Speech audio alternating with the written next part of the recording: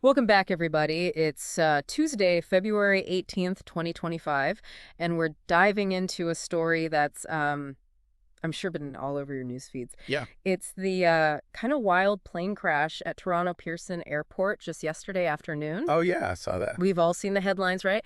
And those shocking pictures Oh, yeah, for sure. of a passenger jet flipped right on its back. It's crazy. But today, we're going beyond the surface. Okay, cool. We're going to unpack what really went down using news articles, first-hand passenger accounts, and some expert analysis, too. Sounds good. The goal, well, we want to understand how this whole thing happened, Yeah. and most importantly, why it's just so gripping, you know? Yeah, it's definitely caught my attention. What I think is so fascinating about this crash is how it kind of defies expectations. Right. Like you see this scene of chaos, you know, a plane totally upside down. Oh, yeah. And you just assume the worst. Of course. But remarkably, This is the crazy part. everyone on board survived. That's nuts. It is. And we're going to break down how they actually beat the odds. Okay. But first, let's set the scene. All right. Picture this. Okay. Delta Airlines Flight 4819, Okay. a Bombardier CRJ operated by Endeavour Air, coming in from Minneapolis Okay. with 76 passengers and 4 crew members. All right. They're coming in for a landing. Everything seems routine. Yeah. But then, Oh. instead of that nice, smooth touchdown, Yeah. the plane skids off the runway, Oh, no. crashes, Oh, wow. and flips onto its back. Oh, my God. It's a crazy sight, this bright blue sky above, Yeah. and this twisted metal carcass just lying there on the snowy ground. Jeez. It really does look like something out of a movie. Golly. But you know what I think makes this crash so compelling? What's that? The survival story. Oh, for sure. Like, to understand how everyone made it out alive, we need to understand what happened in those, like, super critical moments. Absolutely. And you know what? We're really lucky to have some just incredible firsthand accounts. Oh, wow, really? Some passengers were actually quick enough to capture those heart-stopping moments right after the crash on video. No way. Yeah. You can see the frantic scramble to evacuate people sliding down the emergency chutes, helping each other, their faces just etched with this mix of shock and relief. I bet, yeah. It's wild. These videos, they offer this just raw, unfiltered look at the human response to disaster. I can imagine, yeah. It's remarkable how quickly passengers just jumped into action, helping each other and following those emergency procedures, even amidst all the chaos. Right, and while it's totally a miracle that everyone survived, Absolutely. we can't forget that there were injuries. Right. Thankfully, most were minor. Okay, good. In fact, 19 of the 21 people hospitalized have already been released. That's great. But there are a few more serious cases. A child who was airlifted to a children's hospital, Oh, and 2 adults who are still in critical condition. oh wow. So while we celebrate the fact that everyone escaped, we also keep those still recovering in our thoughts. Yeah. It's a powerful reminder that even in a quote-unquote successful crash landing, the impact on individuals can be profound. For sure. Now let's get to the heart of the matter here. Okay, let's do it. What caused this dramatic crash? Yeah. Thankfully, the Transportation Safety Board of Canada, Okay, the PSB. the TSB, right, Right. is leading the investigation with support from the U.S. National Transportation Safety Board, All right, the NTSB. or NTSB. Got it. These agencies are known for their thoroughness, Yeah, they are. so we know they'll leave no stone unturned. For sure. And while the full report will take some time, we do have some clues to work with. Okay, interesting. What do we have? So the clues often lie in the details, right? Yeah. And in this case, the weather is particularly intriguing. Oh, really? How so? Initially, airport officials stated the runway was dry Okay. and there were no crosswinds, All right. which would typically point towards a pretty straightforward landing. Right, you would think. You'd think so, right? But then things get a little strange. We found pilot instructions mentioning 17-knot crosswinds, which for a plane like the Bombardier CRJ can be really challenging during landing. I can see that. It requires like precise pilot skill to counteract that sideways force and maintain control. Right. And there's another layer to this weather puzzle. A notice mentioning snow on the runway. Wait, so there's snow on the runway, but they said it was dry. Yeah, it's interesting, isn't it? Yeah, that's confusing. You have these seemingly contradictory pieces of information. I know. Plus, we know Toronto had been hit with heavy snowfall recently. Yeah, we did. A whopping 22 centimeters. Oh, wow. Yeah, that's a lot. While the airport was working hard to clear the runways, could the weather have been a bigger factor than initially thought? That's a good question. It is a question that the investigation will definitely address. Yeah, for sure. But let's shift gears for a minute right. and focus on that just incredible survival story. Yeah, let's talk about that. How did everyone walk away from this relatively unscathed? Yeah. Well, we have some insights from David McNair, a former TSB investigator. Oh, okay. He suggests the rolling impact of the crash, as opposed to a direct impact, Yeah. might have dissipated some of the force. Interesting. Yeah, that's an interesting point. So a rolling impact would distribute the energy over a longer period Exactly. and potentially reduce the severity of the impact on the passengers. Exactly. McNair also highlights the just crucial role of those durable aircraft seats in absorbing impact. Yeah, those things are built tough. It's a testament to the ongoing advancements in aircraft safety features and engineering. It really underscores how those design elements, often overlooked, Yeah. can be lifesavers in a crash. And adding to that, we have John Gradick, an aviation professor at McGill, Okay. who praised the rapid response of the firefighters, Oh, good. the pilot's actions during the crisis, Yeah. and the plane's design itself for contributing to the positive outcome. So it seems like the perfect storm, Yeah. in a good way. Yes. Like the right combination of factors.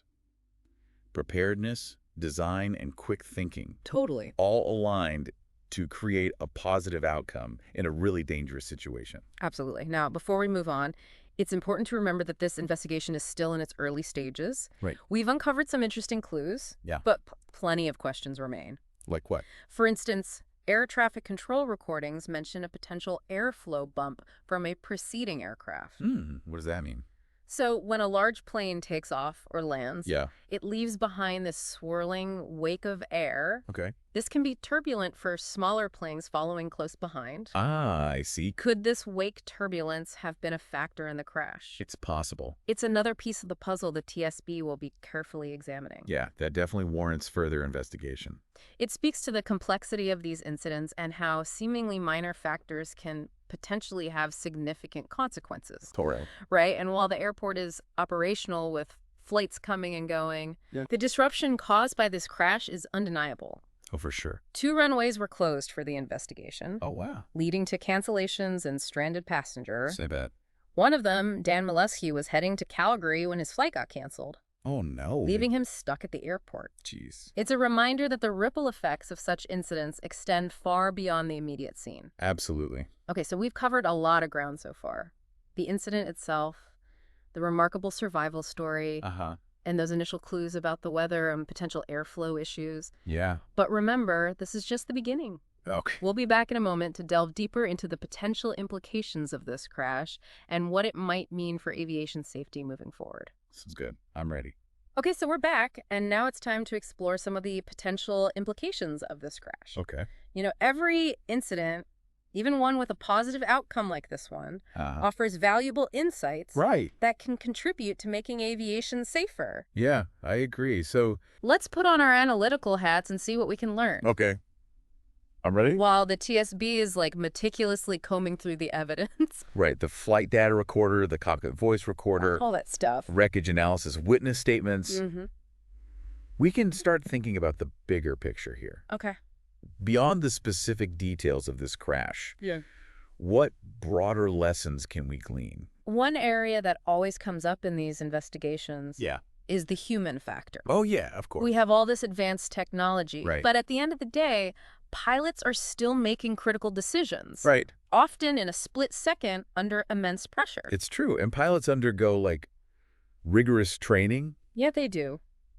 but they're still human. They are. And this incident raises the question, What's that? could this event lead to a renewed focus on pilot training? Yeah.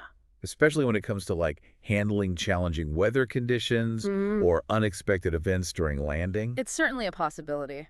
Imagine if training simulations were enhanced to include scenarios like the ones Flight 4819 encountered. Okay. Sudden crosswinds, slippery runways, even that airflow bump we talked about earlier. Yeah. Practicing for these high-stress situations Sure. could better equip pilots to react effectively in real-world scenarios. That's a great point. And beyond training, Yeah.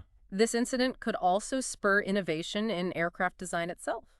Okay. How so? What if we could develop even more resilient landing gear? Oh, interesting. or systems that provide pilots with real-time hyper-accurate weather data right in the cockpit. Oh, wow. Yeah, that would be incredible. But let's not forget about the airport infrastructure. Oh, right. Yeah. This incident raises questions about runway preparedness for extreme weather.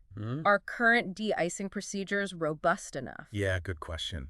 Could better runway lighting or signage enhance visibility during challenging landings? You're hitting on a crucial point here. Yeah. It's not just about the plane and the pilot. Right. The airport environment plays a critical role in aviation safety, too. Yeah. This crash could prompt a reevaluation of safety protocols across the whole ecosystem. Pilot training aircraft, design airport infrastructure, even communication between pilots and air traffic control. Like a chain reaction Yes. with potential improvements cascading across the entire industry. I like that. And ultimately, these advancements could lead to even safer skies for all of us. Speaking of safer skies, Yeah. let's circle back to the passengers for a moment. Okay. We've talked about their remarkable physical escape. Right. But what about the psychological impact Oh, yeah. of an experience like this? Right. Trauma, anxiety, fear of flying. These are real and often overlooked consequences of these events. Absolutely. Many of those passengers went through a terrifying ordeal. Yeah, And it's hard to imagine the emotional toll. it really is. So what can be done to support them in the aftermath? Well, airlines often provide counseling services and resources to passengers who've been through traumatic incidents. There are also support groups and mental health professionals Yeah. who specialize in helping people cope with the psychological impact of these kinds of events. It's important to remember that recovery goes beyond physical injuries. Yeah, for sure. The emotional scars can be deep and require ongoing support. Absolutely. And let's not forget the role of social media in all of this. Oh, right. We saw those passenger videos circulating widely online, Yeah. offering a raw and immediate glimpse into the aftermath of the crash. It's incredible, isn't it? We're witnessing these events unfold almost in real time I know, it's through crazy. the eyes of those directly involved. Yeah. But it also raises some questions. It does. What kind of questions? Like, what is the impact on those sharing their experiences so publicly? Yeah. And what about the viewers who might be exposed to this traumatic content without warning? Right. There are ethical considerations that come with this instant and widespread dissemination of information. It's a new frontier for sure. It- And we need to navigate these ethical implications carefully. Now let's connect this incident to a larger trend we're seeing in aviation. What's that? The increasing use of data analysis Okay. to understand and prevent accidents. Right. We now have access to and the ability to process massive amounts of information. Yeah. Flight parameters, weather conditions, communication logs, maintenance records. And with advances in data analytics, Yeah. we can sift through this information to identify patterns and uncover clues that might have been missed in the past. It's like having a powerful new tool It is. to help connect the dots and get to the root causes of incidents. Precisely. And as we accumulate more data over time, these analytical tools become even more powerful. Sure. They can help us predict potential risks, Yeah. identify areas for improvement in safety protocols, and make flying safer for everyone. So even a harrowing incident like this Yeah. can contribute to positive change and advancement in the field of aviation. Exactly. Each incident provides an opportunity for learning and growth. I'd agree. By carefully analyzing what went wrong, Yeah. we can hopefully prevent similar events from happening in the future. Now, before we move on to the final part of our deep dive, Okay. I want to touch on something that's been on my mind. What's that? The impact of this incident on public perception of aviation safety. Oh, yeah. People see those images of a plane crash, Of course. and it's natural to feel uneasy. Right. So how do we balance the understanding that accidents, while rare, can happen Yeah. with the reassurance that flying is statistically one of the safest modes of transportation? It's a delicate balance for sure. It is. I think it comes down to transparency, communication, and a commitment to continuous improvement. Openly sharing information about what happened, explaining the investigation process, and emphasizing the ongoing efforts to enhance safety measures can go a long way in maintaining public trust. So being open and honest about the challenges and demonstrating a commitment to learning from mistakes. Exactly. It's important to emphasize that the aviation industry is constantly evolving, Right. always striving to improve. Each incident, no matter how challenging, Yeah. provides valuable lessons that ultimately make flying safer for everyone. We've covered a lot of ground in this segment. We out. Potential lessons for pilot training and aircraft design, Yeah. the psychological impact on passengers, Mm. the ethical considerations of social media, Mm. and the growing role of data analysis in aviation safety. For sure. But there's one more crucial piece we need to explore: the role of regulation and oversight in ensuring aviation safety. Right. And that's where we'll pick up in the final part of our deep dive. Okay, so we're back Right. and ready to tackle the final piece of this complex puzzle: Yeah. the role of regulation and oversight in aviation safety. That's a big one. It's easy to get caught up in like the dramatic events of a crash. Oh, yeah, for sure. But behind the scenes, there's a whole system of rules, guidelines, and watchful eyes working to prevent these incidents from happening in the first place. Yeah. You're absolutely right. So in this case, we have Transport Canada, Right. the federal agency responsible for aviation safety here in Canada. Mm-hmm. They're the ones who set the standards for everything, Yeah, all of it. from pilot licensing and aircraft maintenance to airport operations and air traffic control. Yeah, so they're like the guardians of the skies, right? They are, making sure everyone is playing by the rules. Exactly. And they don't just set the rules, Right. They enforce them. Uh-huh. They conduct inspections, audits, and investigations to ensure compliance. Mm-hmm. And when incidents like this crash occur, Yeah. they have the authority to issue directives, recommendations, Wow. or even penalties to prevent similar events in the future. It's a huge responsibility. It is. Especially when something like this happens. Yeah. How does an incident like the crash at Pearson impact Transport Canada and their approach to aviation safety? Well, it definitely puts them under intense scrutiny. Yeah, I bet. The public wants reassurance that everything possible is being done to prevent this from happening again. Right. Transport Canada will be carefully analyzing the TSB's investigation report, Uh-huh. looking for any areas where regulations might need to be tightened, oversight strengthened, Okay. or procedures improved. So it sounds like a crucial feedback loop. Yeah, A real-world incident informing and potentially improving the entire regulatory framework. exactly. This incident might also spark broader policy discussions. Okay, like what? For example, should there be stricter requirements for aircraft landing gear Okay. to withstand crosswind landings? Hmm. Should airports be mandated to have more advanced de-icing equipment? Yeah. These are complex questions with Yeah. significant cost and logistical implications. It really highlights how aviation safety is a constantly evolving field. It is. What might have been considered state-of-the-art a few years ago Yeah, might now be deemed inadequate right. in light of new incidents and technological advancements. Which is why a commitment to continuous improvement is so critical. Yeah. And it's not just about reacting to incidents. Right. It's also about proactively identifying potential risks and mitigating them before they become a problem. So it's like a two-pronged approach, Yeah. reacting to what's already happened and anticipating what might happen in the future. Now let's zoom out for a moment Okay. and consider the international implications of this incident. Okay. Aviation is a global industry. It is. So any significant incident in one country can send ripples throughout the world. Right. So if the TSB investigation uncovers any systemic safety issues, Yeah. those findings could be shared with aviation authorities in other countries, Exactly. leading to changes in regulations or procedures on a global scale. It speaks to the interconnected nature of the aviation community. Yeah. We share information, best practices, and lessons learned to collectively improve safety standards for everyone. So it's like a global network of experts working together to make flying safer, Yeah. no matter where you are in the world. And speaking of global collaboration, I Yeah. want to circle back to something we discussed earlier, Yeah. the role of technology in aviation safety. Right? We're seeing incredible advancements Yeah, like what? in artificial intelligence, machine learning, and data analytics, Uh-huh. all of which have the potential to revolutionize how we approach safety. Give me an example. How could these technologies be applied to prevent incidents like the one we've been discussing? Okay, so imagine a system Okay. that uses AI to analyze real-time weather data flight parameters, Okay. even pilot biometrics to predict potential risks during landing. It could provide pilots with early warnings or even corrective recommendations. That sounds almost futuristic, I know, right? but I guess it's not really that far off, is it? Not at all. Mm. These technologies are developing rapidly. Yeah. As they become more sophisticated and integrated into aviation systems, Uh-huh. they have the potential to significantly reduce human error Mm-mm. and enhance overall safety. It's an exciting prospect using cutting-edge technology to make flying even safer. Yeah. But it also raises questions about the role of human pilots in an increasingly automated future.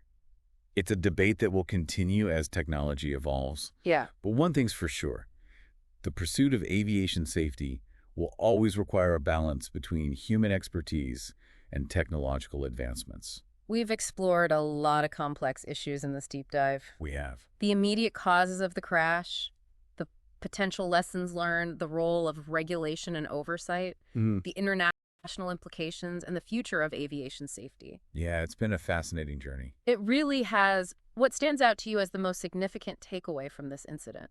Hmm.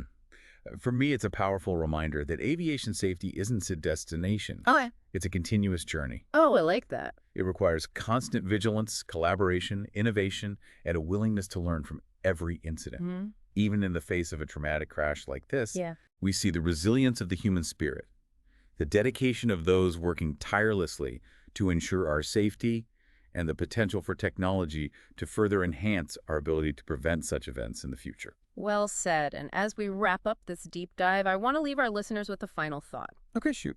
Could this incident serve as a catalyst for even greater collaboration between industry regulators and researchers to push the boundaries of aviation safety even further?